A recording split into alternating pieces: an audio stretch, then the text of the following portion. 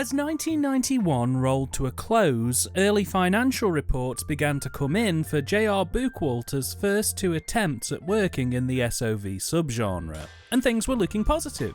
Kingdom of the Vampires and Zombie Cop both performed rather favourably on returns, or at least favourably enough that David Dakota's label, Home Cinema Video, were interested in continuing to fund Bookwalter's 6-movie plan. So, they did. They commissioned another 2 films which began production in October and November of 1991, that would release near the beginning of 1992.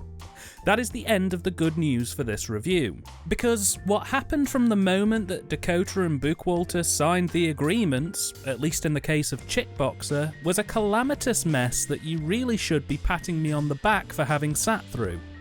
Because this film is a hot mess and pretty much unwatchable barring literally a couple of scenes that are only good for being so bad it's good. How wrong did this film go? Well, let me tell you, my sweet summer children. J.R. Bookwalter wanted nothing to do with this movie.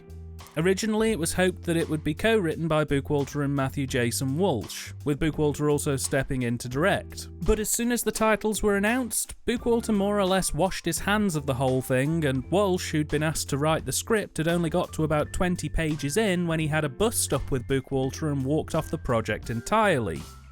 Both this film and its cousin, Maximum Impact, were going to be shot roughly around the same time, and in order to ensure that Bookwalter was as far the hell away from this film as possible, he decided to focus his efforts entirely on Maximum Impact, and instead roped in producer Scott P. Plummer to direct this feature. In a bizarre addition to the brief, David Dakota also decided to jump in on this production, filming a handful of scenes with actress Michelle Bauer in LA that were shot before the plot had even been decided. And even more helpful still, 5 minutes of the 10 to 15 minutes of the footage provided were literally just hardcore sex scenes. Yay! Adding to the continuing issues, they didn't bother to cast a leading actress for this film until the very last minute, and the woman they hired walked off set within a couple of days and never came back. As a result, they had to panic hire a local Ohio resident into the role of Kathy, our lead, who didn't really fit the bill for the role. She's supposed to be a 17-year-old wallflower, but comes across as a 30-year-old extrovert. And due to the rush on the production, a lot of the plot areas of this film were simply never scripted or shot as intended. Instead, they were reworked as monologues that Kathy read literally off cue cards in JR's front room while propped up on a chair. With the scripting in such a state of chaos, a lot of this film was made up on the fly, and in order to break 60 minutes, a lot of padding had to be put in place, including an over 5-minute long title sequence of someone tying their shoelaces and an almost 4-minute long credit sequence of somebody doing the exact same thing over again. There are scenes that consist almost entirely of characters watching TV or practicing karate for an overly long period of time, and the whole thing just sort of flails about wildly, desperately trying to get over that line. Look, if you want an idea of just how bad this film was, when it was finally released in 1992, the director and writers were included in the title screen. But for the 2020 re-release, all the names had either been redacted or replaced with comedy pseudonyms. Hell, the film was so bad that Bookwalter taped over the masters to make what he calls, quote, a better movie. This means that the remastering for this Blu-ray release is more than lackluster. It appears to be a second or third generation VHS copy that's just been sharpened up a little bit. And for anyone kind of lying back at this point and shrugging all this off by saying, well hey, at least Michelle Bowers is in this, that's gotta mean something, right? Well, no it doesn't. She turns up 45 minutes into the 62-minute long film for 5 minutes.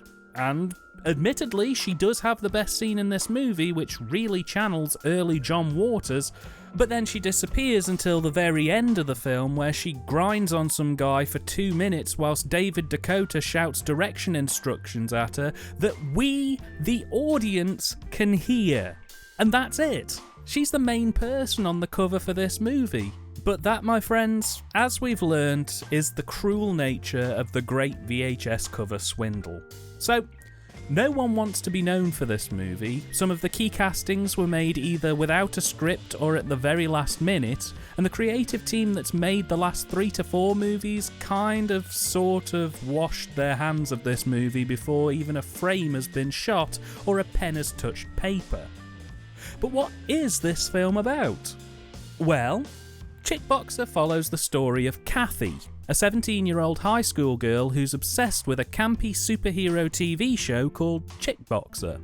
You only ever see a snatched clip of the show itself, but it's basically described as being a bit like the original Wonder Woman TV show, only it usually ends with Kickboxer kicking the villains in the balls. Kathy idolises Chickboxer, and her friends just don't see the appeal.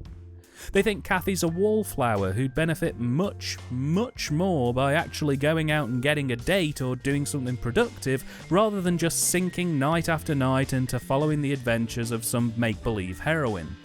Kathy has a crush on seemingly the only boy in her high school, Billy. Unfortunately, Billy is currently going steady with a Riff Randall wannabe called Rita, and while being coaxed by her friends to do whatever's needed to get her man, Kathy's too shy to make a move, which is odd as she's also simultaneously one of the most extroverted introverts I've ever met in my life. While leaving school that night, Kathy sees a poster advertising karate lessons, and, inspired by Chickboxer, she decides to sign up, thinking this could be just the thing to give her some more confidence. Later that night, she sits down to have dinner with her parents. Unfortunately, her dad couldn't make dinner due to the casting department not giving a shit, but her mum's livid at the idea of Kathy doing karate lessons because, and I quote, "they karate people in there."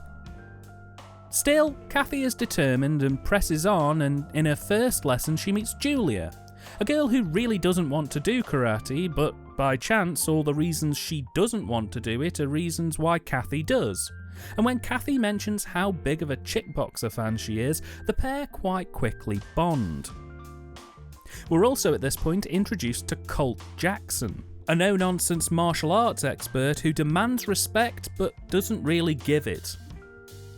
And it's at that point that I have to mention our B-plot to this film.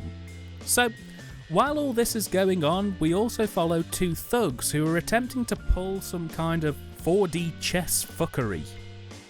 Okay, so here's what they want to do to the best of my understanding. They're small-time crooks who largely just boss around convenience store clerks and restaurateurs in order to score money and free food. But they've recently fallen in with the police, providing them with bribe money in exchange for them being allowed to commit petty crimes and do what they want. They're also blackmailing the town's mayor by threatening to release photos of him with his secretary that could ruin his career.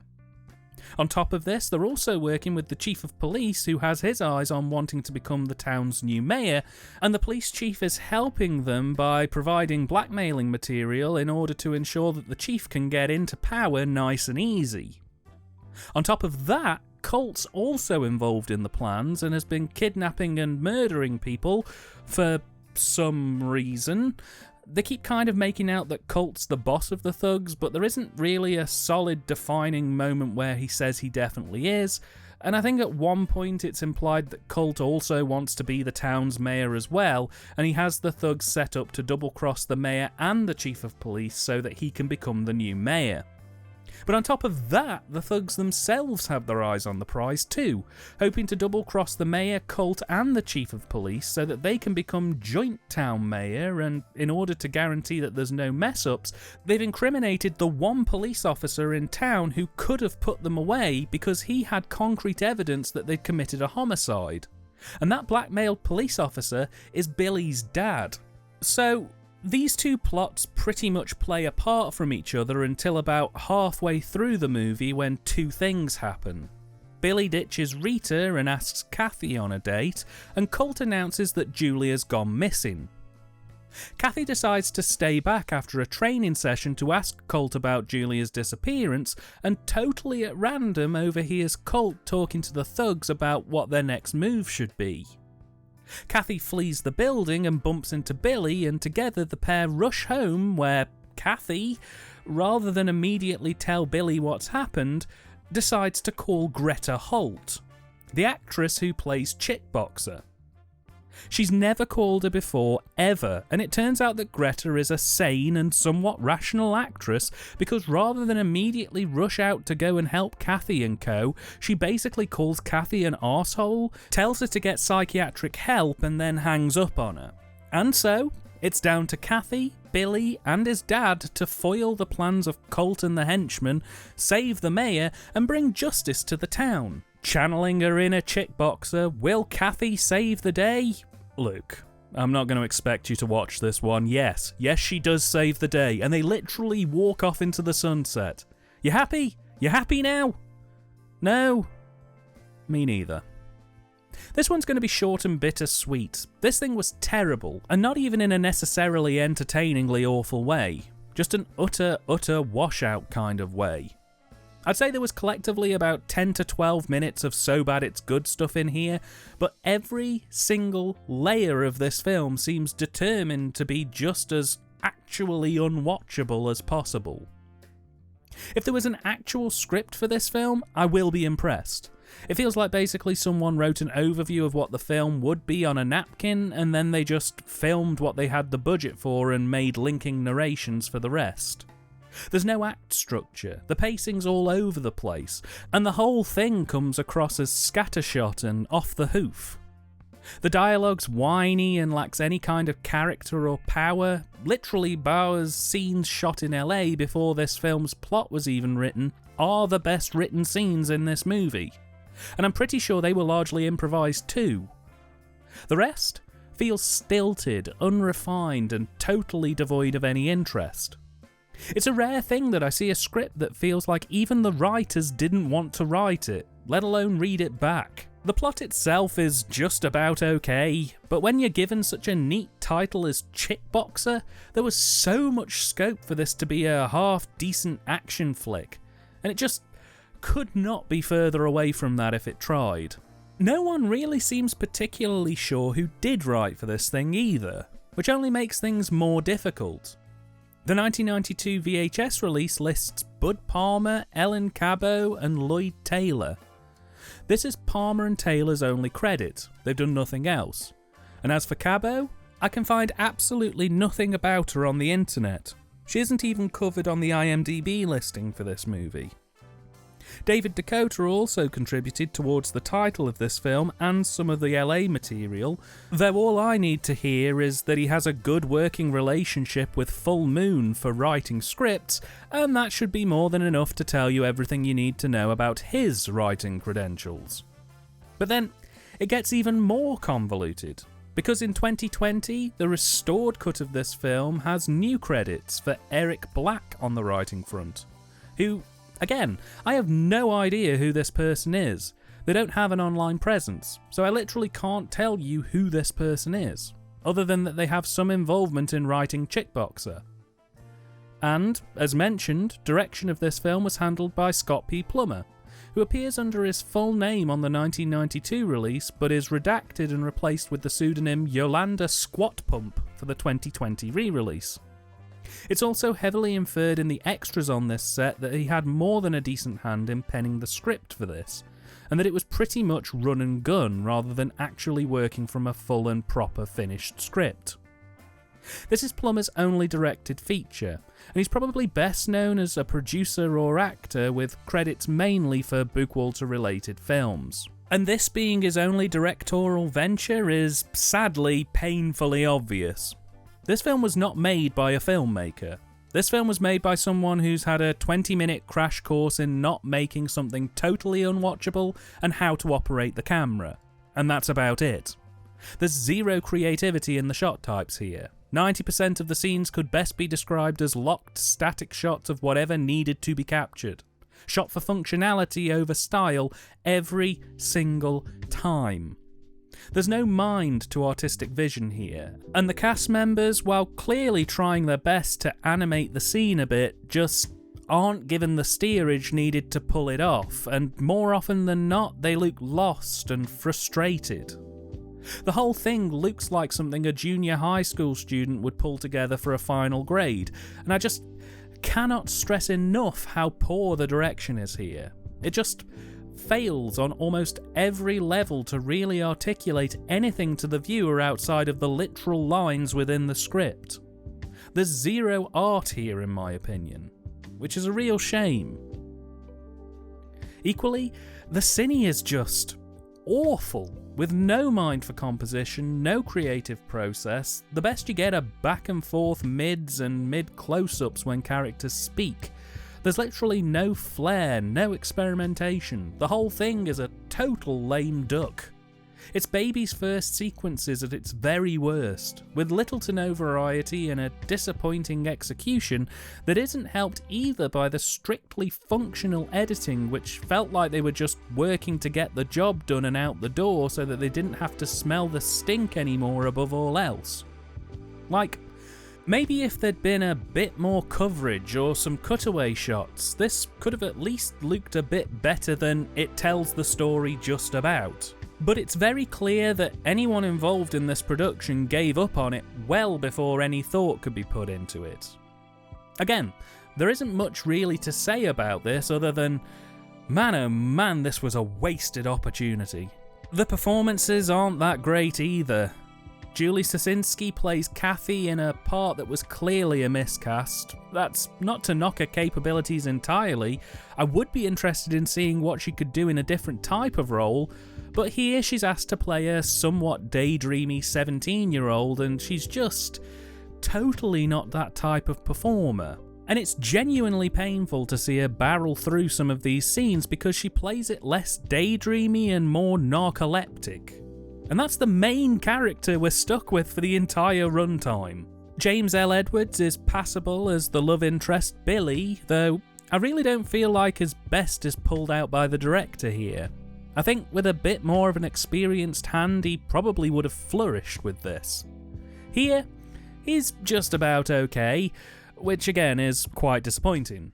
Michelle Bauer is literally the best performer in this film, and she is totally dialed into not giving a fuck here. She's playing a character who's fed up with being on a long-running series she's known for, but feels like the only way out is down. And boy howdy if Bauer isn't channeling that kind of energy into this performance. Probably the low point of her career here, and that is saying something. She's just about the only redeemable quality in this film, and it's a shame that she's so woefully absent from this thing. As I think had the film followed her story instead, it probably would have been 100 times more interesting.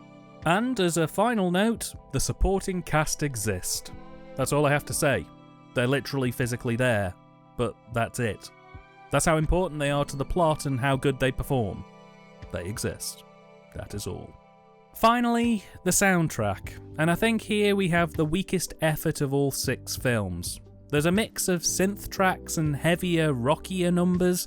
The main theme for this film's brilliant and really sets high expectations for what you're getting into, and all the tracks have been lovingly restored in the 2020 version and sound brilliant in terms of playback, but it's all really generic ultimately beyond that main theme, and it does feel quite repetitious by the end.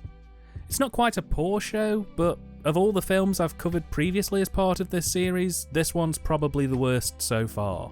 Chick Boxer was released by Cinema Home Video in 1992, and there it remained, barring a riffed version cropping up in 2003 on DVD as part of the Bad Movie Cops collection. It wouldn't resurface unriffed until 2020 when it was packaged in with the SOV 6-pack collection on Blu-ray by Makeflix. And unfortunately, my copy of this movie turned up damaged. But, thanks to the clever thinking of the people at Tempe Video and Makeflix, the SOV 6-pack includes VOD versions of all of these SOV classics. So I was able to download both the 2020 remaster and the original 1992 version of this for the purposes of this review. And after raising the issue with Makeflix themselves, they literally tied themselves into a pretzel and backflipped through reality to make damn sure I got a fixed disc back in my collection literally as soon as possible. And given that I live in the UK, it only took between 3 and 4 weeks before I had a nice shiny fixed version sat back in my collection. So big thanks to Makeflix for going the extra mile on that one. It was really appreciated. Equally, it was totally worth grabbing that replacement disc, as the extras were more insightful and entertaining than the feature itself. It came lovingly packaged with 2 making-ofs, commentaries, trailers, and much, much more. It was really comprehensive. As mentioned previously, Bookwalter taped over the masters for this movie, and as such they basically had to remaster from the best available sources, which seemingly pretty much consisted of various Gen VHS dubs. I'm not going to beat around the bush, the 2020 version looks better than the 1992 release, but not by much. It's a bit sharper, the colours are a bit more vivid, but it looks inescapably poorer in quality than the work done for Zombie Cop or Kingdom of the Vampires. So yeah, this release, not their finest, but they did what they could. Chick Boxer was a disappointment. Based on the promotional materials alone, I had high hopes for this one, and what was delivered was a bit of a washout. With poor Cinean direction, mixed to poor performances, a script that may as well not exist, if it even does exist at all, and a soundtrack that left me wanting. This is just a really, really poor movie. I can't say it's absolutely worthless because it does have at least a couple of funny scenes in it, but honestly, you could probably miss out on this one. It's the kind of movie you take to a bad movie night when you don't like anyone in attendance. It's not even enjoyable in a postmodern ironic way. It's just really dull, and I'll probably never sit through it again.